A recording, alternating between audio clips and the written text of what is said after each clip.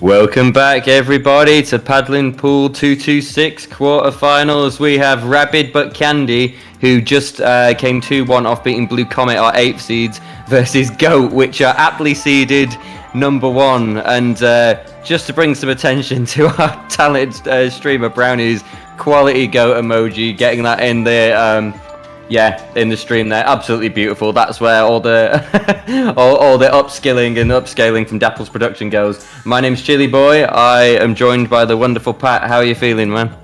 I am feeling great, and we get to see the goats at play before the finals, which is kind of a surprise, but they're going to be very, very dangerous. And Rabbit but Candy, they have big and dangerous opponents in front of them. That's going to be a tough fight for them, but they made it this far. And they're going to show us why they made it this far. But on Goat, I can see Phoenix, Okami, Eclipse, and Toyaben. That's going to be a very, very tough pickup to fight. That is a terrifying roster. That is borderline unfair, a team of that quality. But as you say, Pat, Rabid but Candy have also done an incredible job to make it this far. It's not an easy feat with the 52 amazing teams that make up this tournament. So it'd be interesting to see what people are bringing. Okami, of course, on the classic Carbon, which they've showcased so well. But I do like Rabid but Candy's team as well. So some of the more kind of accessible meta picks that we're kind of used to seeing at the moment, but really solid choice for this map mode. Yeah, I love to see the Slusher going out on the side of Rabbit but Candy, and it looks like Goat already getting in, the Nautilus getting the picks, taking control of that right side of the map. The Crab Tank is just destroyed by the Nautilus. It's Phoenix just not caring, and okay. That's going to be the end of that first push, and it looks like Rabbit but Candy is going to get the advantage here and get the zone. Yeah, I was fully expecting a bigger cap from Goat there because, like you say, Nautilus plus Okami on the Carbon, we're getting a lot of picks to start with, but then 3 of Goat went down really quickly. So Rabbit but Candy holding their own right now, showing why they've made it this far and that it's no fluke. They have lost 2 players now, so this will be Goat's first chance to get proper control of the zone. Only the ballpoint left. Getting a nice pick there while backing up to help their team get back in, so that's nice decision making. But we'll see what they can do. It looks like Goat have pretty solid control of mid right now. Yeah, it looks like Goat is struggling to keep control of the zones. Like, Rabbit but Candy is not relenting in their aggressivity, just completely, permanently maintaining some pressure constantly on Goat, and it looks like Goat is going to throw a super chance to just delay any offensive from Rabbit but Candy, and it looks like Goat is finally in control, even though the Nautilus was sent back to spawn. Goat has a very good lock on what's happening right now. And there was someone down right in Rabbit but Candy's kind of lower left there that was wreaking havoc and took out 2 of them just as they were trying to kind of regroup. So it's looking really rough for Rabbit but Candy to get back in here. They're probably going to have one last big push to do.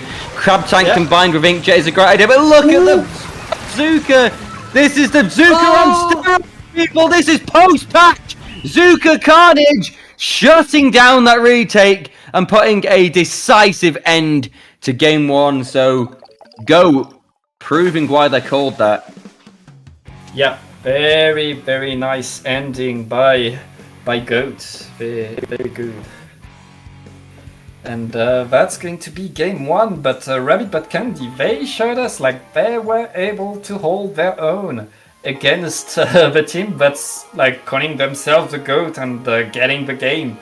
Rabbit but Candy, they got a few fights, they got the zone, they kept the danger on, and that's what we want to see. Rabbit but Candy still has the opportunity to get back, and Chili, we are in counterpick territory.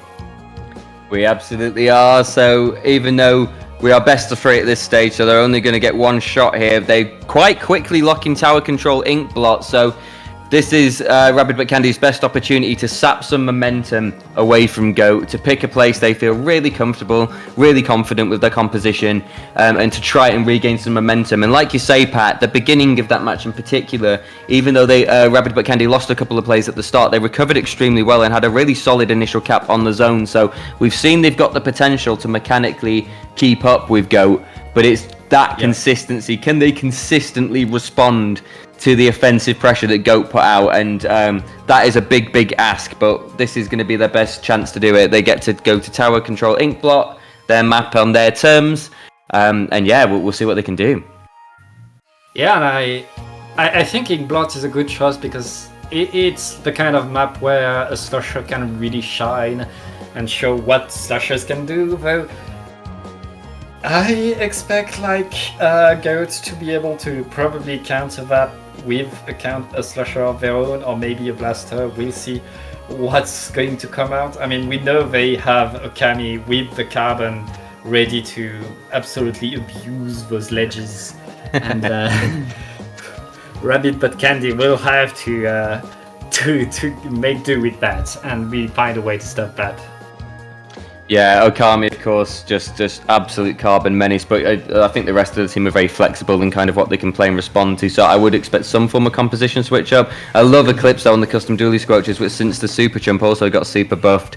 That was really impactful in the last game in preventing retakes as well, so the custom dually squelches do indeed remain. The Nautilus remains, and a T-Tech coming out from Toyo Ben. I can't remember if they had that in the previous. I don't think the T-Tech was there in the previous game. There was a splash, but now gone, and that was replaced by the T-Tech. But it looks like GOAT getting 2 players down and freed now. GOAT with a very good first push and opening this map, showing that they don't mind that counter pick that much. No, that aerial view as well really gave us a sense of that impact immediately, with them getting 2 picks and then the tri-strike coming out 12 seconds in, just immediately threatening Rabid But Candy's kind of safe space in the form of their plat. So GOAT already getting first checkpoint, trying to sneak around here. The dually squelchers try and get some pressure on to help keep this tower push going, but Adapt doing a very good job of adapting before being shut down themselves. Okami now loitering by the ramp. This is what they do best, seeing what they can do to get the picks to keep the push alive. They do have 2 players down now, but they are still on the offensive move. Really nice pick there on Okami, so Rabid But Candy might be able to stall the push here, but it's been a really messy start for him. Yeah, Rabid But Candy are struggling just to get out of their spawn. Meanwhile, GOAT, they're not stopping, and with the super jump they're going to try to attack again, get in there and make some more damage. Oh, that's going to be at the end of that super jump. These dually squelchers are doing the damage. Like, you don't need a bomb if your aim is perfect. Oh, they're always a stylish weapon as well. They always look so cool when they make the plays and they pop off, and the super jump buff is really noticeable in terms of impact. But a wipeout here. Good opportunity for Rabid But Candy to make something happen. They've got control of mid. They're starting to aggress towards GOAT's territory, seeing what they can do. All of GOAT are back up on the field, and the tri-strike is going to come out to delay the push, but it looks like all of Rabid But Candy have survived. Okami trying to capitalize on the ground that has been created, but it's free aside right now. Rabid But Candy doing a good job of holding their own here, Pat.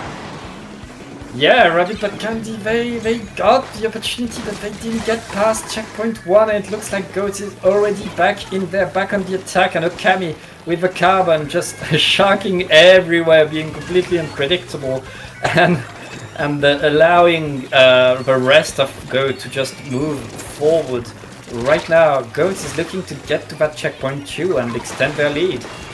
Yeah, and if you look at this, they've got the Nautilus on the tower, they've got the Zuka coming out. Post-patch Zuka is disgusting, we need to acknowledge this, but they had control of the zip on Rabid But Candy's side as well, and look at this, they're just getting forced further and further into spawn, and the super buffed super chumps taking over all of Rabid But Candy's plat really here. There is nowhere safe. Go on the offensive, managing to get a number of picks here and keep this push going. They've got 1 checkpoint to whittle down, and it looks like no, there is not going to be a wipeout. The dually squelch is picking people off while retreating, finally being stopped, but that was pretty rough.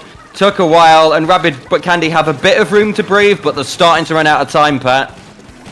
Yeah, Rabbit but Candy, they kept themselves alive, and that's what you need to do at this stage of the game. Right now, 3 players versus 2, they need to get that aggressivity going. They need to be able not only to win a fight, but win a second fight and move forward. And right now, Goat, 3 versus 1, they are not letting that happen. Goat is just looking to be on the attack again.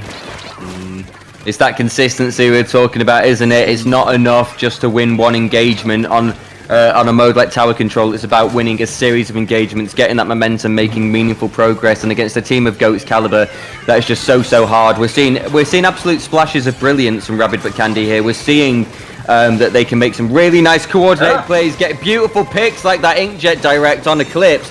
But they've got to do more than that. So there's 2 down at the moment. They've got to move forward now. They've got to get some control. Do not give Goat room to breathe.